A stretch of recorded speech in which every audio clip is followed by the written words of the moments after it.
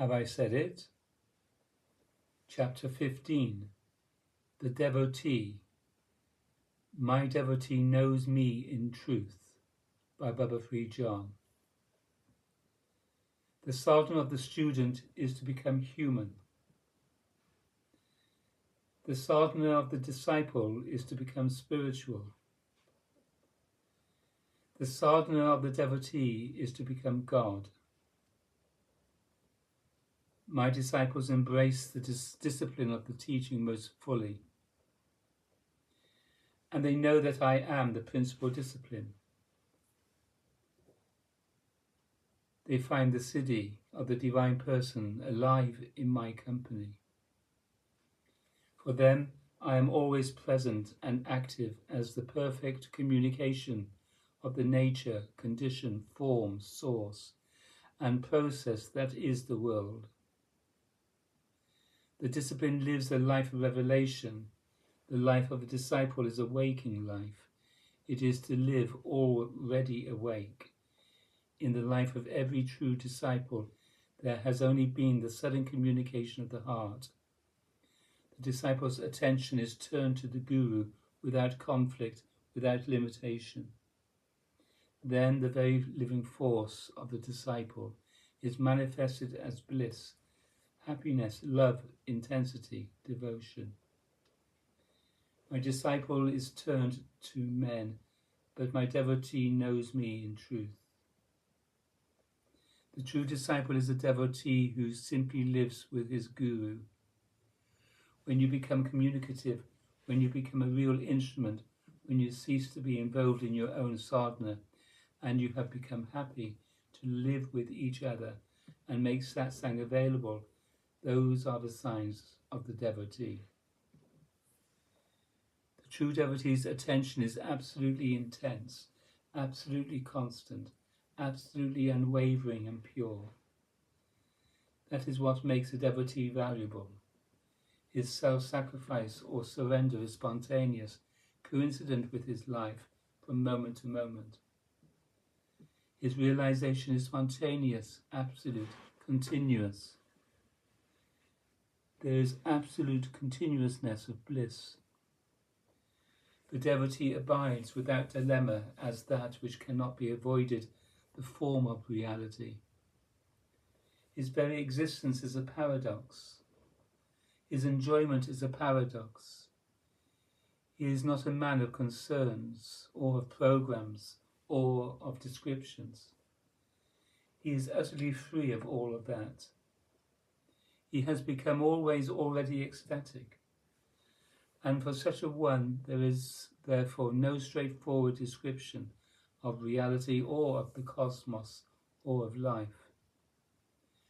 Only God is apparent to such a one. Only the paradox survives. To be a devotee, to live in satsang, is to live God, truth and reality as your present condition. The devotee is continually, effortlessly meditating upon the Divine Person. The Divine Person is activated as a literal force in the devotee. Every devotee is widely and priorly free in God. They live in the divine and are free to put up with the randomness of this world in which there is no apparent security because they depend utterly on the divine. When you become bound to the principle of truth, you will become active as a devotee, and the signs of the devotee will become active in you, and you will be happy. The devotee is always happy, and he lives with great intensity. The most intense life of a devotee is a very active life, constant sadhana. From the point of view of the devotee, there is no discipline to it at all. He is just happy. He is just functioning. He enjoys this functioning. He is not functioning because it will make him realize the truth. He is functioning because he is already alive in the truth, and these functions are natural to him. They are the forms of his blissfulness. There is simply direct realization, happiness under all conditions, of all possible functional states, high or low. That is the perfection of the devotee. When God becomes your condition, nothing you're doing makes any sense whatsoever. You become a happy person. You don't have any more seeking to do. You don't have anything more to accomplish. You just become already happy. You know that nothing is going to make you happy. And you know very well then that nothing is going to make anybody else happy either. Either they are fundamentally and unreasonably happy, or they are simply unhappy. Perhaps consoled, occupied, distracted, but basically unhappy. In the devotee, it is perfect. It is obvious in the devotee that there is happiness. That is his nature, his condition, his destiny. Then everything that appears is samadhi. Whatever he sees is that. So he is only happy. He can't help but be happy. He can't sidestep it. He can't have an experience that is unhappy fundamentally. It is all the same condition. All of his parts open. His heart opens. All sorrow leaves his being.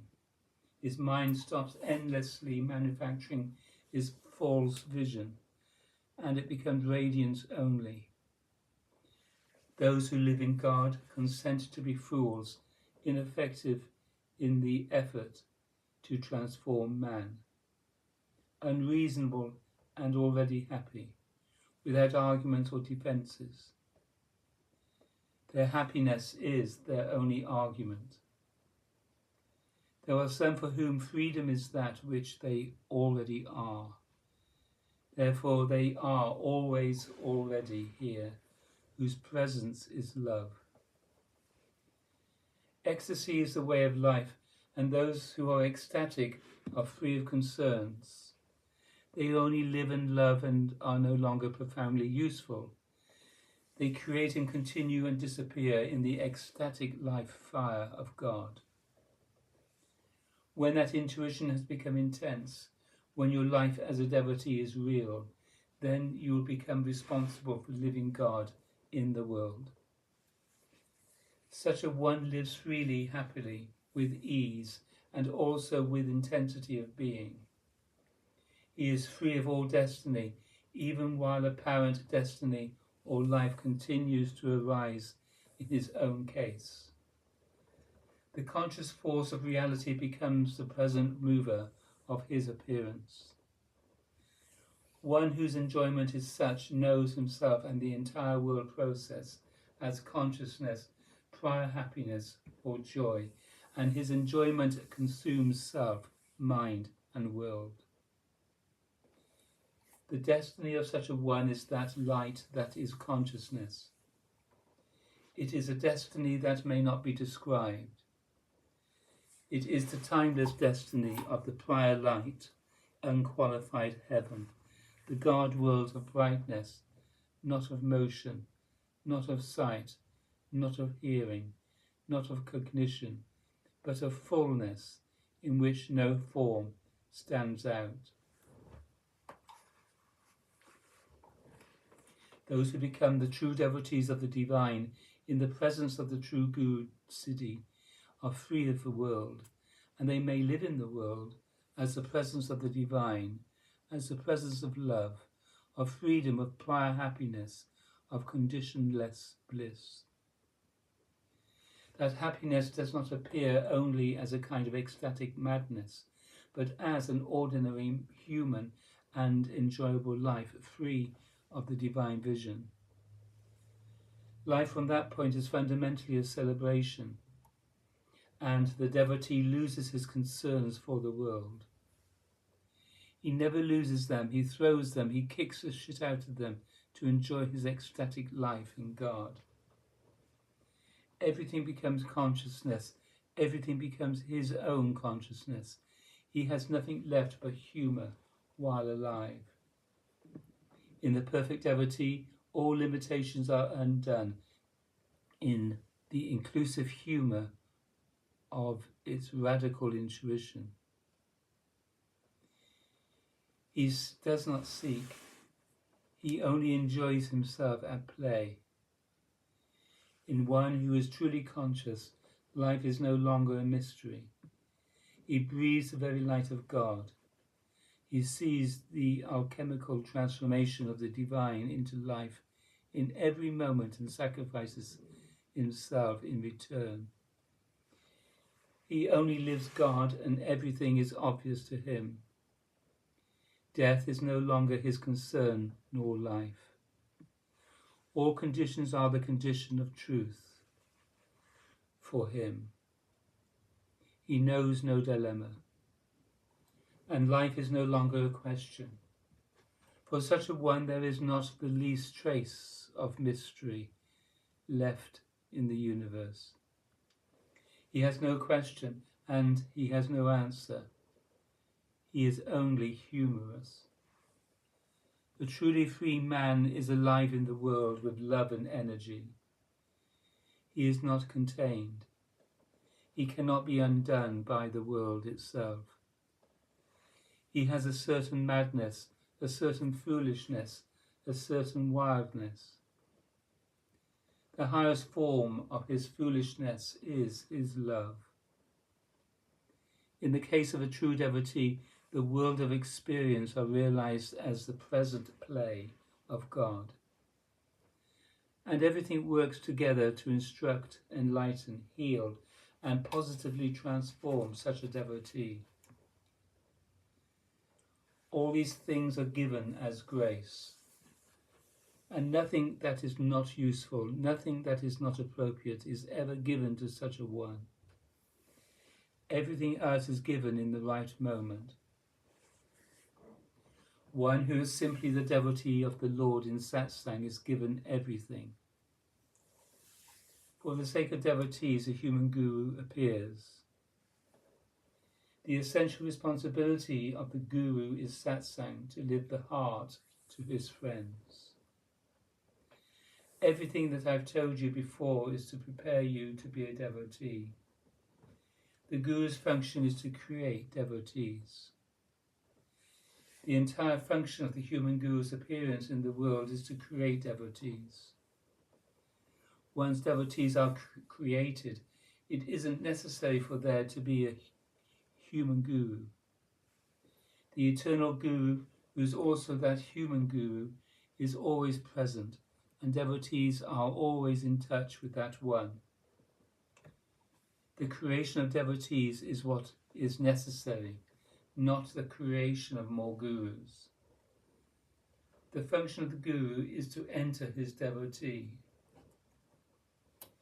There is only one divine process in the world, and that's when the guru manifests and enters his devotee. Literally, the guru enters his devotee. The guru is not a human being. The Lord is the guru. And when the guru appears in human form, it is the Lord, and he enters his devotee. When the Lord enters his devotee, there is no doubt about it. For the natural devotee, the physical form of the guru is sufficient. He simply lives with his guru. To become capable of contemplating or meditating on the guru's form is the ultimate capacity of a devotee. Only if the devotee can be awakened in the guru's presence and made identical to him in consciousness can the teaching be realized. The realization of the guru becomes that of the devotee. The truth is being lived to him. It is being lived as him by the grace of the guru. One who becomes foolish in relation to the guru is already happy. One who accepts the guru's invitation is already eternally fulfilled. Satsang is his condition. Satsang is his need. Satsang is his sadhana or eternal spiritual practice. For the true devotee, guru is the meditation. Guru is the realization. Guru is the continuous contemplation and enjoyment of the devotee. The true devotee is constantly involved in perfect psychophysical love of the Divine Person. All his thoughts are the attention of mind to the Divine Person. He need not consider only holy or cultic thoughts to be love of him. All his speech is eloquent about the Divine Person. He need not consider only holy or cultic speech to be love of him. All his actions are devotion to him. He need not consider only holy or cultic actions to be love of him. Then all that is received from him and by him in love. All that is yield to him and by him in love.